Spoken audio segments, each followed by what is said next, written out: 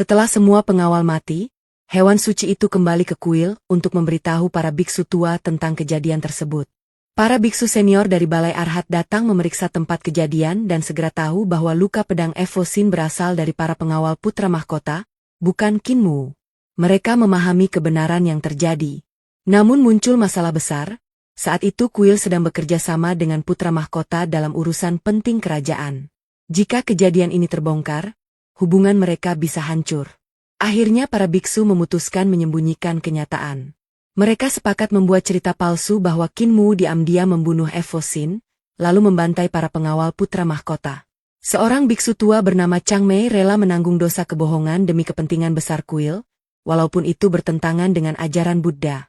Ketika mereka melapor kepada Rulai Tua dan putra mahkota, kebohongan itu diterima. Putra mahkota sangat marah kepada Kinmu dan menganggapnya pembunuh Evosin. Namun Rulai Tua tampak mengetahui bahwa Chang Mei sedang berbohong. Ia tidak membongkar semuanya, tetapi mengusir Chang Mei dari kuil dan mengembalikannya menjadi orang biasa, seolah memahami situasi tanpa mempermalukannya. Chang Mei keluar dari biara Guntur Agung dan bergabung dengan putra mahkota. Setelah meninggalkan biara, Kinmu melihat keadaan negeri yang sangat kacau akibat bencana salju dan wabah. Banyak rakyat kelaparan, penyakit menyebar, dan desa-desa dipenuhi penderitaan. Namun, para murid sekolah dan akademi membantu mengobati rakyat, sementara tentara membasmi monster yang memanfaatkan kekacauan. Kinmu menyadari bahwa kekaisaran masih berusaha bertahan walaupun situasinya buruk. Kinmu mulai curiga bahwa bencana ini tidak biasa. Menurutnya, kekuatan sebesar ini mungkin berkaitan dengan campur tangan para dewa atau konflik besar terhadap kekaisaran Eternal Page. Ia juga mendengar bahwa banyak keluarga kaya menimbun makanan untuk mencari untung saat rakyat menderita. Sehingga kaisar murka dan menghukum mereka dengan keras. Bahkan pejabat korup yang menyalahgunakan bantuan bencana ikut dibunuh oleh kaisar.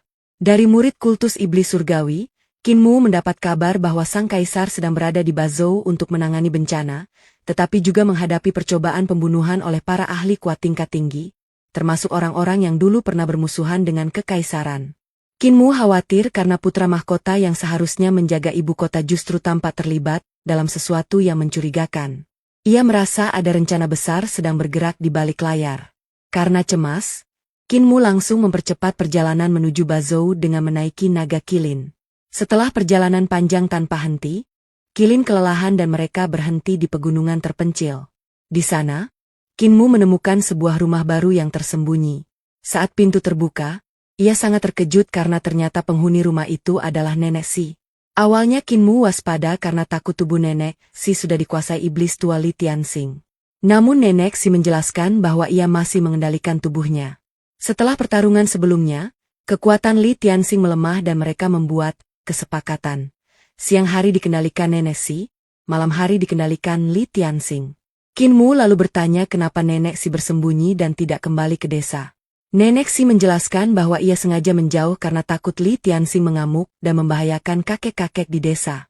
Ia memilih tinggal sendiri di tempat terpencil agar bisa perlahan melemahkan pengaruh iblis tua itu tanpa menyeret orang lain ke dalam bahaya. Kinmu akhirnya yakin itu benar-benar Nenek Si setelah melihat rumah dan perabot mirip hasil kerja tangan khasnya. Oke, sampai di sini dulu, bantu follow untuk part selanjutnya.